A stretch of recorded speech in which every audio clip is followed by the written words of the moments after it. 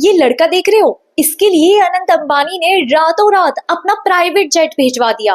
बंगाल के इस 17 साल के इकबाल को एक ऐसी दुर्लभ बीमारी है कि पानी से बाहर आते ही इसके पूरे शरीर में आग जैसी जलन होने लगती है।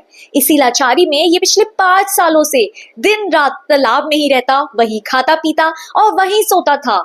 गरीबी के कारण परिवार इलाज कराने में लाचार था। जैसे ही इसका वीडियो वायरल हुआ, अनंत अंबानी ने तुरंत मदद का हाथ बढ़ाया और अपनी मेडिकल टीम भेजकर इसे सीधा मुंबई बुलवाया। अब रिलायंस अस्पताल के टॉप डॉक्टर्स इसका मुफ्त इलाज कर रहे हैं। अनंत अंबानी के इस दिल जीतने वाले काम पर आपका क्या कहना है?